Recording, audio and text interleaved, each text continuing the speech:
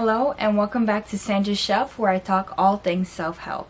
So today we have a bit of a heavy topic, a heavy issue, and I want to do my due diligence and reassure everyone that I am not a professional. I'm solely speaking from experience, from the things that I've been through, the cycles I've been through, what has helped me, what I have learned and navigated throughout the years. So today's topic is what to do after you relapse. And these are the 11 steps I personally take after I relapse.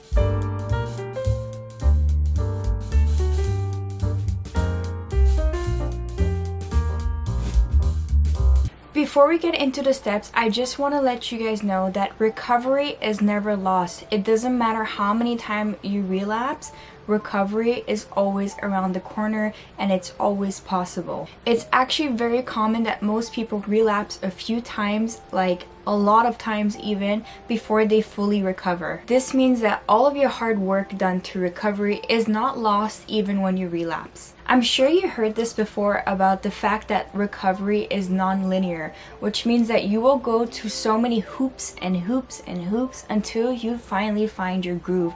And even then, it still might be rocky, and that's okay, as long as you want recovery and as long as you work on your recovery. How I like to see it is that the addictions to anything from self-damaging behavior to substance abuse and any other addiction, the road to get to there was not instant. Most likely, some of the addictive behaviors and substances first of all formed through time, and then it got solidified and it became a part of your behavior, your pattern, your habits, and something that your body and your mind has become addicted to, right? So disabling that, sometimes it's so easy for people to say, well, just stop. Well, it's harder for someone who has, developed this tolerance and adopted these, addictions, whereas someone who's tried it once and here and there and has never developed an addiction will not know that it takes those amount of steps backwards. I believe that it takes the same amount of steps times 10 to undo those learned behavior and to get rid of those toxins or the addiction from your body. Having said that, I'm not going to talk more about addiction. However, I just want to make it clear that when I say relapse here, it could be from eating disorders, so binge eating, it could be from self-damaging disorders like cutting, and it could be from any other addictive substance or addictive behavior, so substance abuse, which alcohol, drugs, heavy drugs, light drugs, whatever drugs, recreational drugs. So that's what I mean when I mean relapse personally in this video. Now, if you're a curious person like me, I know that when I watch some of these videos, I like to know if the person is a licensed therapist, if they're this, if they're that, do they have personal history. So I can confidently say I'm not licensed in any which manner. I just talk from experience and what has helped me. However, as I said, I'm talking from experience, so I have dealt with addictions with alcohol, drugs, and self-damaging behavior, such as self-harming, as well as binge eating. So basically, what I'm trying to say is that I may or may not have an addictive personality, and it has taken me a lot to realize that, and it has taken me a lot of steps, many steps, more than what we are covering today, for me to realize that, hey, listen, I have a problem, I have a addictive personality, I have these things that I'm escaping through, self-damaging behaviors. And so these are the steps that I am constantly taking after I relapse. So I think that I have it down pat without being super confident, because I obviously understand myself personally that recovery is non-linear, that there might be a relapse around the corner, but I hope not. I'm working towards that to prevent it. So the whole point of having these steps is that we need to be more preventative rather than reactive. So having said that, now we're going to start with the steps. So my first step is to take action right away. The reason why you need to do this is because if you let it go, if you let it happen, it gets harder and harder to recover. It gets harder and harder to stop engaging in addictive behavior. And so it's really easy to be overconfident in your recovery. It's very easy to be like, oh, I'm fine. It's not as bad as it used to be. I am okay, like nothing's gonna happen. I'm not really relapsing. I'm just, you know, say like if you're an alcoholic, it could be like, oh, I'm just having a glass here and there every weekend, every second day. You know, like it just builds, and then you're like, oh no, by the time you realize you relapse, it's too late. Or it could be that someone else has seen it, or you're starting to see it in a different light, or you're starting to see it not exactly for what it is, but sometimes from what else it's creating in your life, what other problems it's creating and joined to, and why are you, you know, maybe constantly thinking about it. I think constantly having thoughts, it's good to be able to distinguish thoughts from actions. However, when you start to have thoughts about like doing the action every single day, you should already start reaching out at that point before, you know, actually engaging in those actions, right? So as soon as you know, as soon as you relapse, please reach out. Please start already taking these steps. That's the most important step, and that's always the most important step to recovery. It's acknowledge and start working on it, right? Right now, if you're watching this video and this really applies to you and your situation right now, if you're having these thoughts or if you're starting to engage in those behaviors, please click off or watch the rest of this video and start on your action plan, because I care about you. I want the best for you. I know I'm not a therapist, but however, speaking from someone who's been there so many times before, you need the help. Don't like discredit yourself in any way. You need the help. You need to talk, you need to find a plan and stick with it, okay? So please, I love you, so you gotta, please, like this is the most important step, okay? So now let's move on. So my second step is that you gotta be prepared for the onslaught of emotions after you relapse, because that shit is gonna hit you like a wave, okay?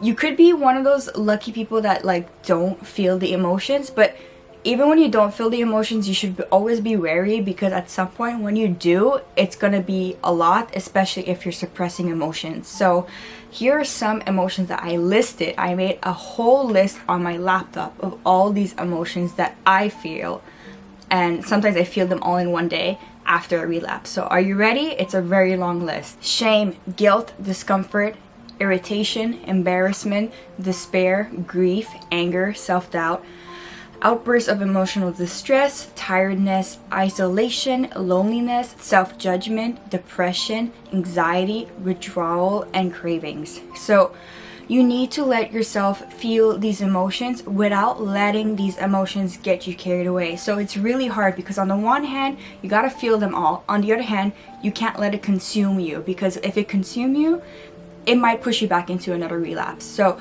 be prepared for those emotions. Just be prepared, acknowledge them, write them down in a journal them out, scream them out, like go on in a field somewhere and just scream all your emotions out, scream all your anger out, scream all your sadness out, cry if you need to, laugh if you need to, cry, laugh, anger, just do it. Just feel it, but don't let it overtake you, and don't let it ruin your chances to recovery. All these emotions that you feel are valid, but you need to keep reminding yourself that you are not these emotions. You just need to work through them and acknowledge that these too will pass, and at some point you will get that balance and stability, and you will feel emotions on a regular level again, or a more manageable level. So you could be feeling high and low in intensity of all of these emotions.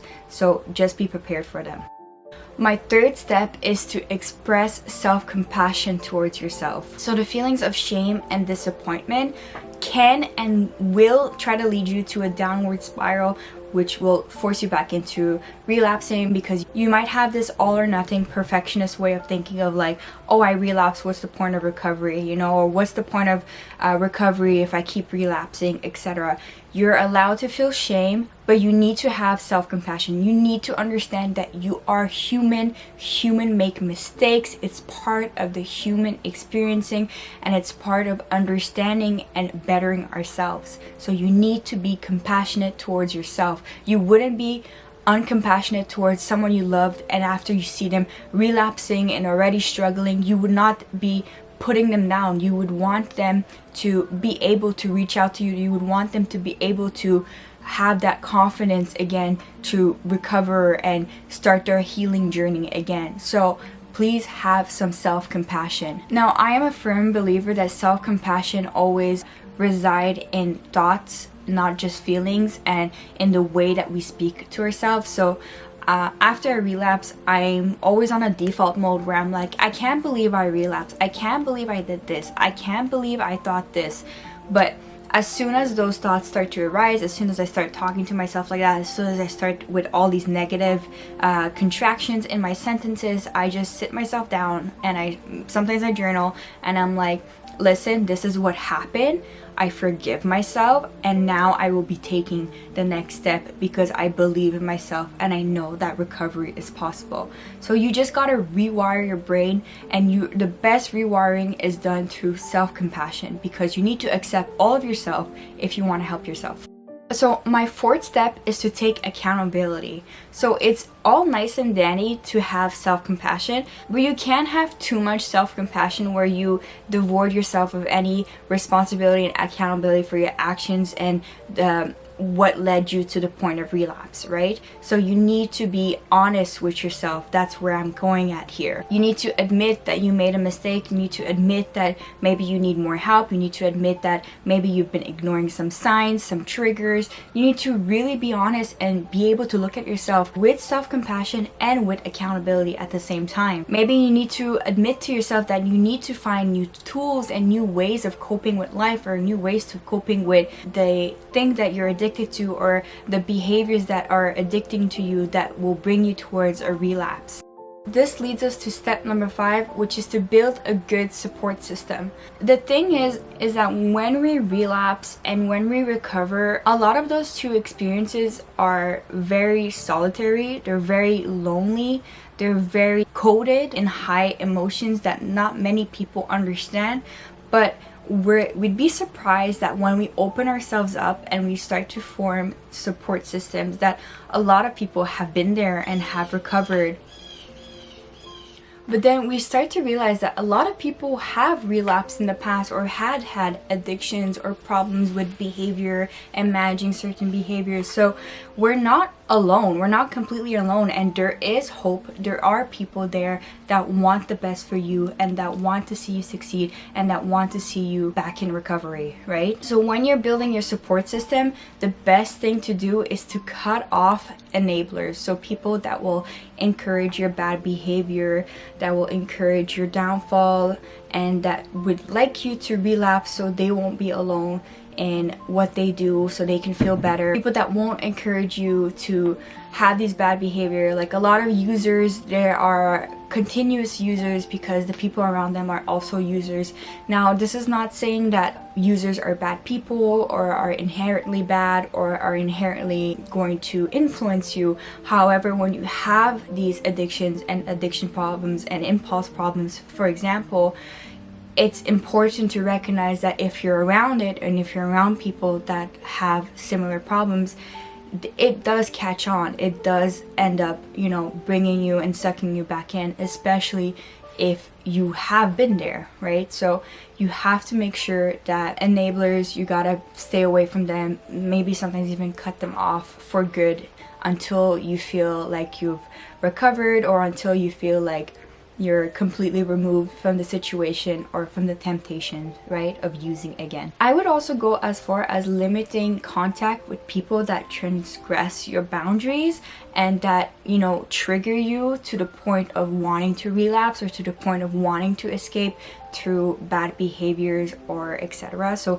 people that put high stress on your life, that don't respect your recovery and stuff like that, those are people that are not really supportive. I know there's a lot of issues when you are someone who is an addict or who has relapsed a few times. I know there might be some issues to work through, but either you have this very honest and open conversation being like, I can't do this if you're not supportive, or I can't do this if you don't respect some of my boundaries. For example, if you are an addict or if you are someone who's really prone to these relapsing behaviors, then it's still important for you to establish certain kind of boundaries, because if you can't establish boundaries with other people, how are you going to establish that boundary with yourself that, you know, can be so easily broken and bring you back to relapsing? That's how I see it. I've had poor personal boundaries with everyone in my life, which brought me back and back again, engaging into all these harmful behaviors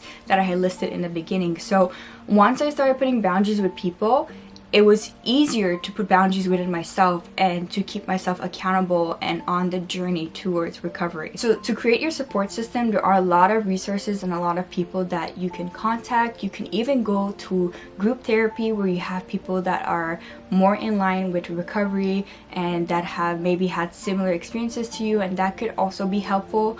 You can have recovery groups, you can have recovery forums, you can have therapists, specialists, and sometimes you can also have supportive family and friends if you are lucky. So please, if you have them, just let them in, try to explain without over explaining yourself, and, you know, create a plan together. So now that you have established that, I think we're ready for step number 6, to realize why relapse happens, okay? There are many reasons that, you know, that go unnoticed or that pass by in our day-to-day life we don't take into consideration, and then all of a sudden we are back towards a spiral downward towards relapsing. Here are the reasons that I've personally found that have actually brought me back into relapsing. So I'm gonna go and list through them and explain briefly what they mean. The first one is that the substance and or the behavior is physically addictive. So you physically feel good or need that feeling, and it's really addictive that it's hard to stop once you start. So this could be from substances to even like binge eating and self-harming. So because they release oftentimes a rush of endorphins, and they're like pain relievers at the same time. So you need to acknowledge that, because that is something that literally triggers and opens up something in your brain that makes it more addictive, and that you want it more and more and more and continuously, and in sometimes bigger doses. So you start to eat even more, you start to binge even more frequently, you start to use drugs more and with heavier quantities more often.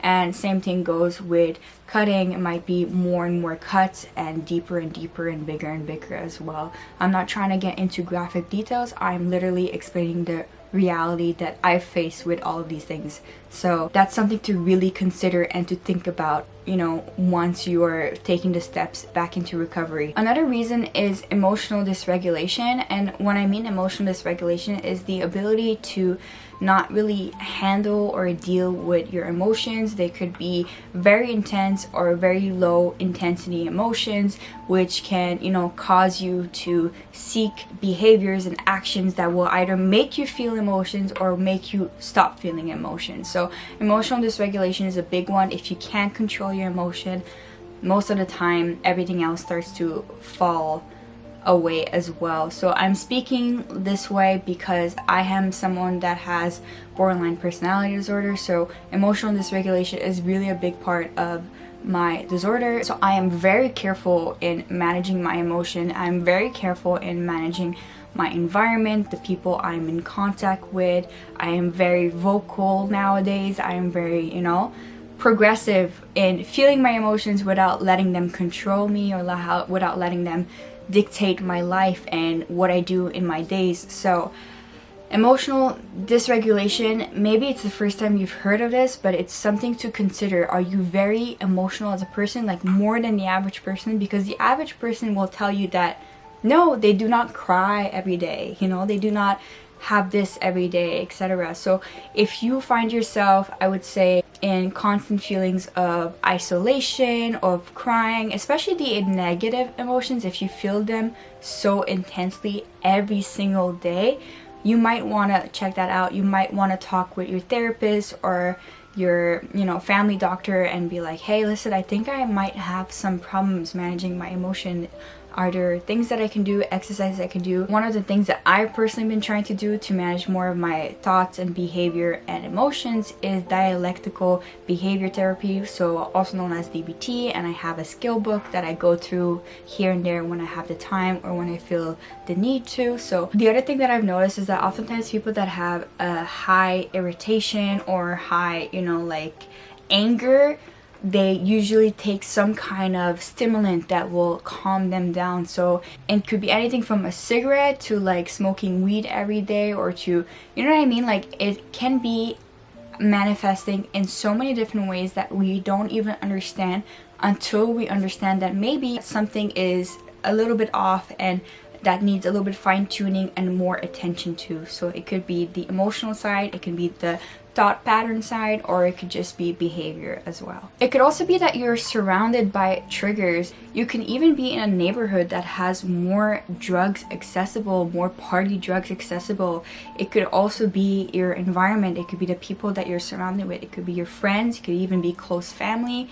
And not only for the accessibility part, but also for triggering. Like, it could be that some of your friends or some of your family members trigger you. Maybe they don't make you feel good about yourself. It's like walking on eggshells being around them, and that, spirals you and makes you miserable or further enhances like emotional dysregulation. There are so many triggers that a person can have, and it's all to do with like upbringing or the way that they respond to certain triggers. So you need to be aware what your triggers are. Is it work? Is it your family? Is it your friends? Is it yourself? Is it your thoughts? Is it someone else's words? What is triggering you to the point where it brings you back into that relapsing stage? Sometimes you are your own trigger, but other times it is an environmental factor, and you need to see what triggers you. And how you can see that is that as soon as you have those thoughts of relapsing or engaging in the behaviors that you shouldn't be,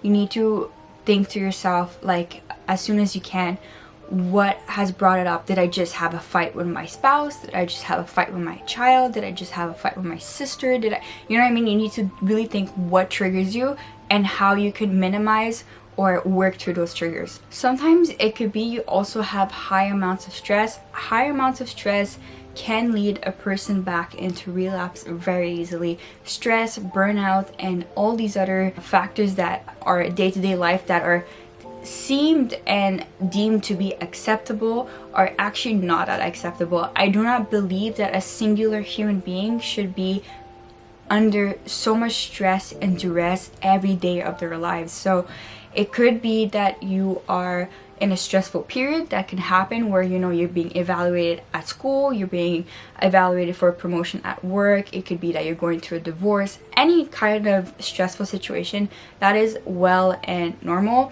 However, sometimes those situations for someone who is already prone to relapsing can make it really, really hard not to relapse. So that's something to consider. And it's something to consider, do you have problem with stress management? Do you have problem with stress in general? Are you a very stressful person? There's just some things that you need to understand about yourself, because how else are you going to manage it if you're going to just, as soon as the stress is way too much and it has built and built and built, you're gonna snap and relapse. You need to be able to handle the stress on a day-to-day basis, or in some way where you're de-stressing and understanding the stress and minimizing the stress as much as you physically can. Now that we talked about stress, another one that I think is worth mentioning is sleep. When you have bad sleep, trouble sleeping, and low amounts of sleep or sleeping hours or good sleep, good quality sleep, then you are more prone to dysregulation of your emotion, dysregulation of your thought patterns, of your behaviors, of the way you lead your life, and even it can cause memory loss and so many other things. And it could even trigger more addictive behaviors, or more the need to like release more endorphins, etc. So it's really important to get healthy amount of sleep, and really important to understand why you don't have sleep. I've had sleep insomnia in the past before, and normally when things start to go bad, as in like stress, sleep, and everything else, triggers, people, relationships, emotional dysregulation, that's kind of when it's like my onset reasons to a relapse. And that's why sleep is one that I always keep an eye out, and I always keep track. And sometimes I do sacrifice doing the fun things or doing the things that I want to do for sleep, because there's no point of missing that much sleep. There's no point of dysregulating my sleep again, because I know for me personally and for many people, and as I've seen from research and from, you know, all the research that's been coming out about sleep. I'll put some books on sleeping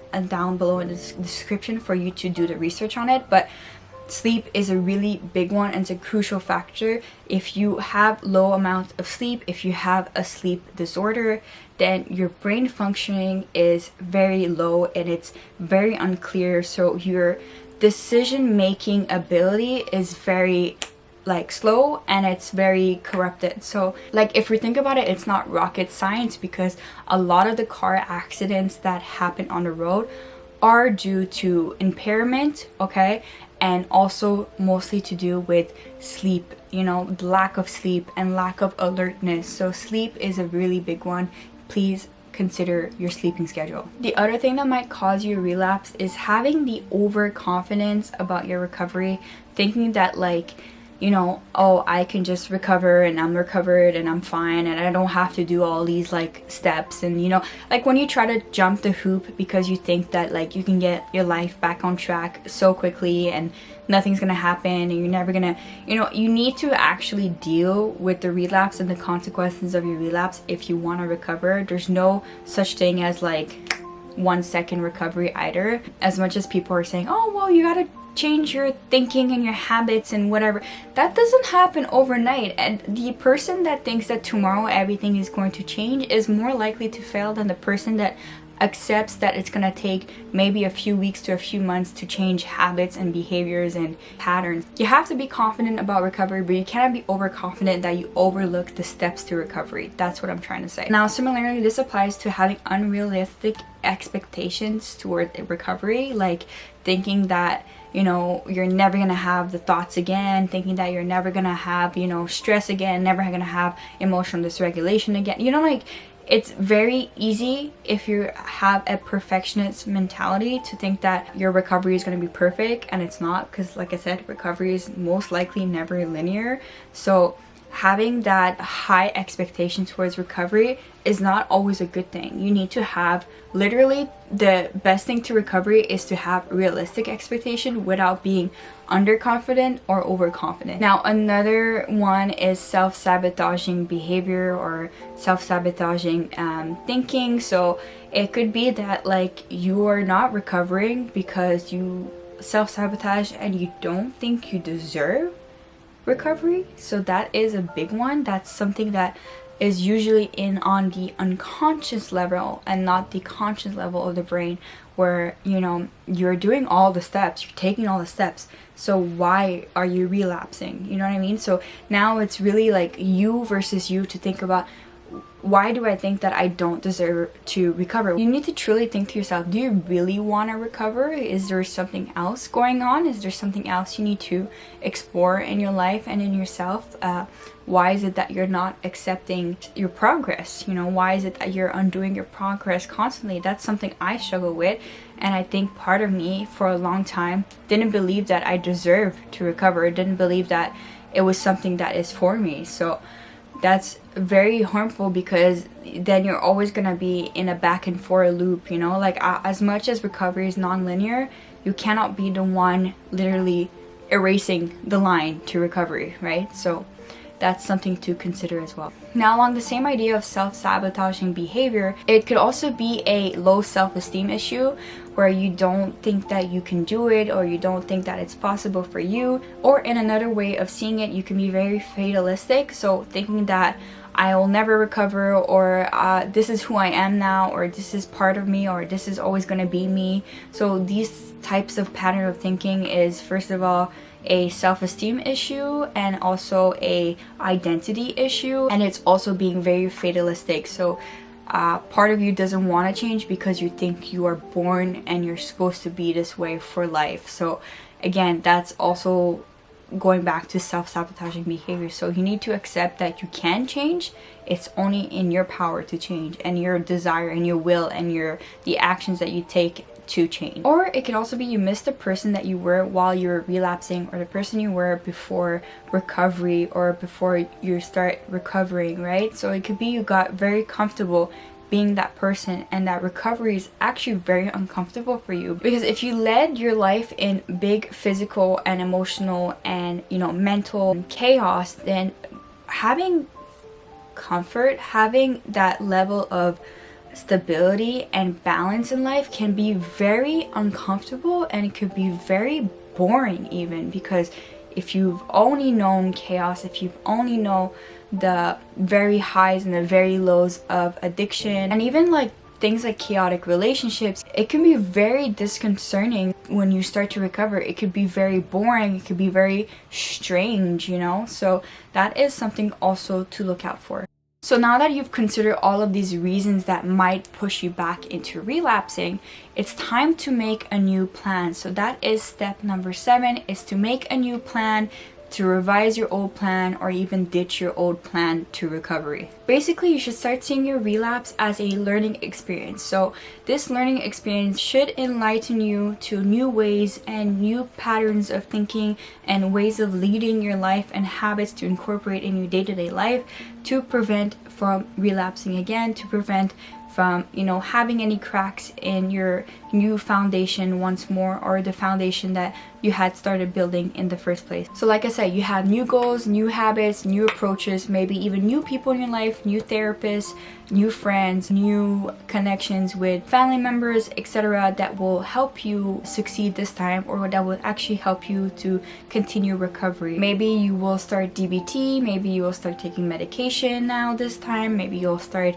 going to therapy more often. There are so many new ways to try and help your situation, right?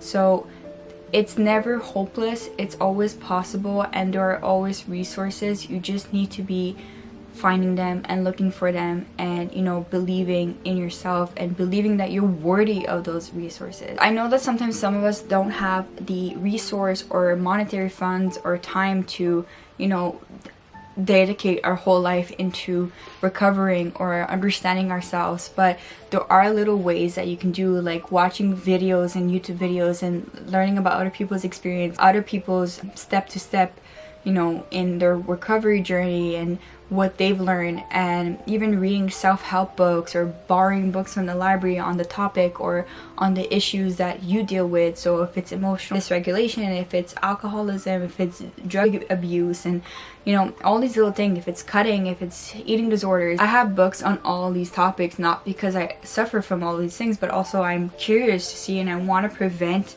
any further relapse, right? So it's always good to do some research on your own time. Like the internet is vast and open and it's free, so obviously you need to be careful what you're researching and what you're reading on the internet, but there are a lot of good reputable resources out there too that you can consult for free.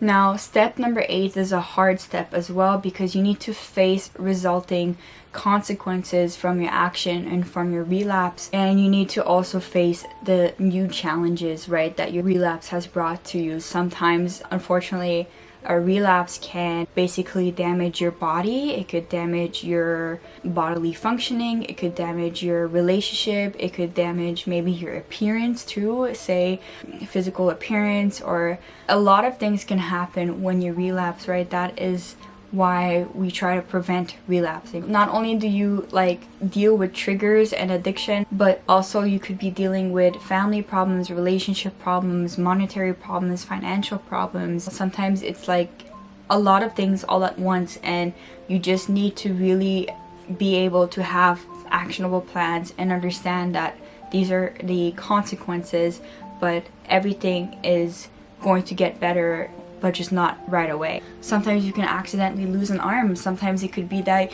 you've had a resulting car accident from relapsing because you weren't in the right state of mind. It could be so many little things that could happen that is hard to face, but has to be faced, so it is the consequence always from a relapse. And it's hard. You could have a lot of family pressure, you could have a lot of people disappointed in you, but the main thing is to keep on track and to learn from the experience.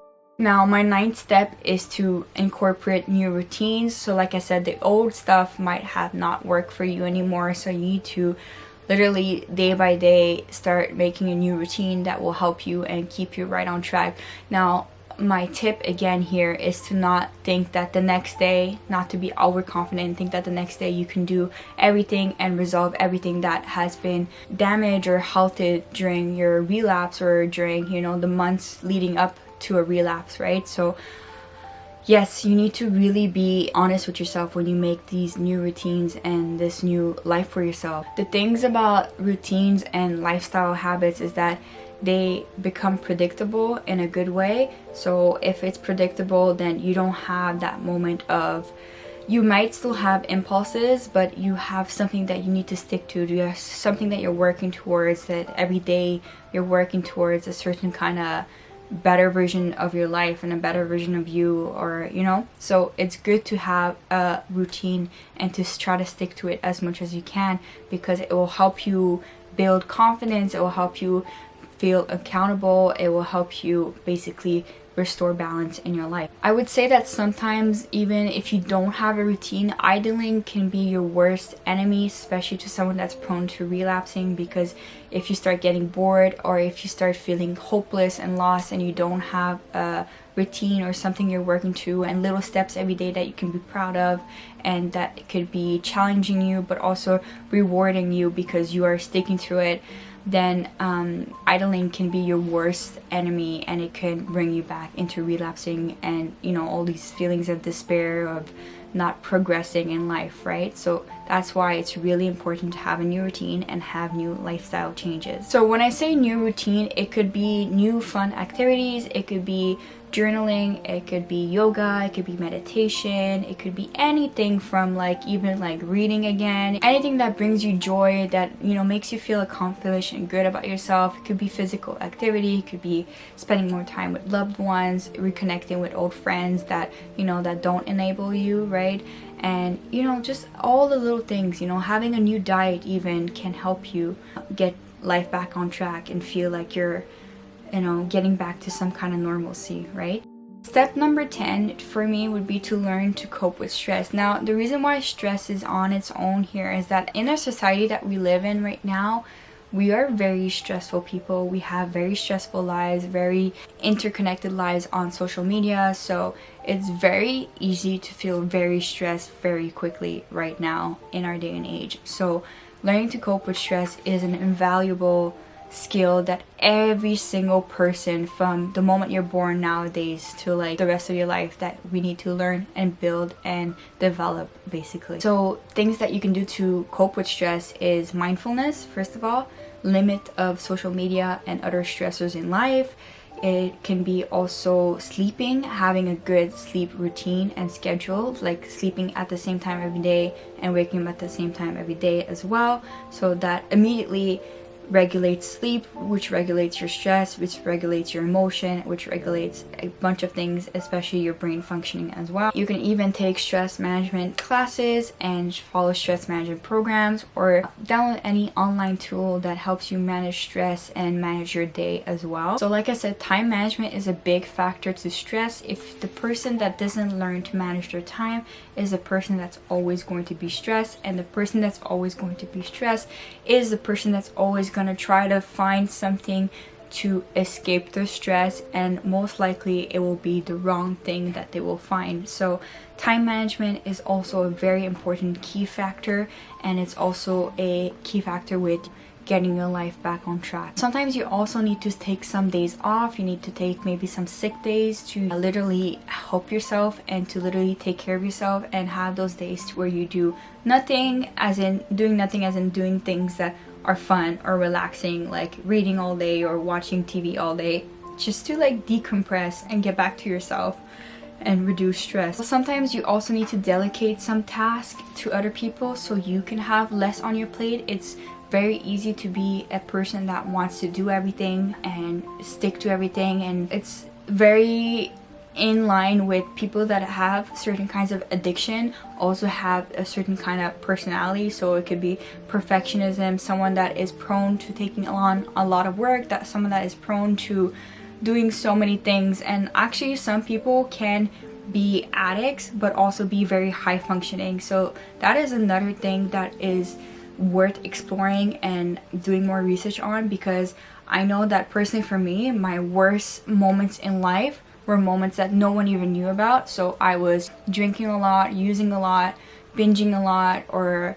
harming a lot while going through university and excelling and having so much on my plate, like having 2 jobs at the same time, while going to school, while commuting to school, while doing this, while doing that, you know what I mean? So it's really, really, really hard. You need to sometimes take that time and say that, listen, I can't do this right now. Maybe I should cut down hours at work. Maybe I should tell my boss I can only come this day and not that day. Or maybe I need to have an extension on a project at school.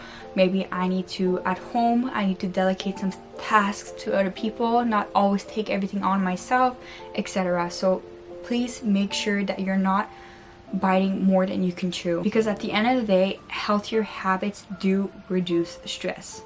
Now my final and 11th step is to go back to the things you love. So go back and find your passions again, find your hobbies again, fall back in love with your life and what life has to offer. You know, like life doesn't end there after you relapse. It just starts to begin again and again. Life is a beautiful thing, it's a precious thing, and you need to do the things that you love. You know, when you're recovering, that does not mean that you can't have fun. That does not mean that you're not deserving of fun and good days and doing the things that you love. So if you love, I don't know, bungee jumping, if you love reading, if you love exercising, if you love like walking 5 hours in the wilderness, you love camping, those things that you loved and that you cherish, you should do them. You should reward yourself. You should even try new things that you've always been passionate for or always been interested in but never thought that you could, because that's how you show yourself love, and that's how you show yourself that you are worthy of being good and having good feelings and doing the good things, and basically just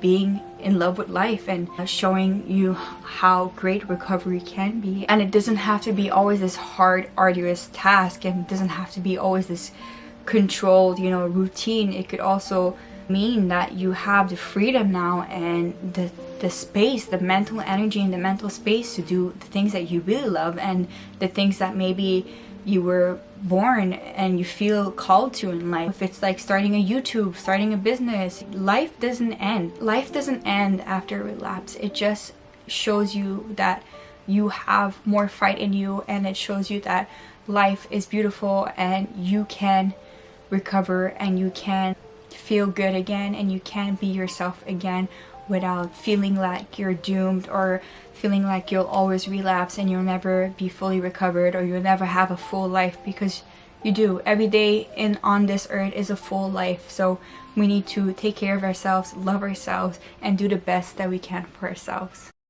I hope you found this video helpful. If anything, I hope you found this video interesting. At least please be respectful in the comments. I want to read all the comments that I have on this video. I want to support other people, and I want this channel to be a safe space for people. So if you feel comfortable to, you can, you know, basically comment on the video. If you don't, you can always reach out to me. I have my blog where you can message me. I have Instagram and other places where you can message me as well. But please feel free to share as much as you want or share your own tips.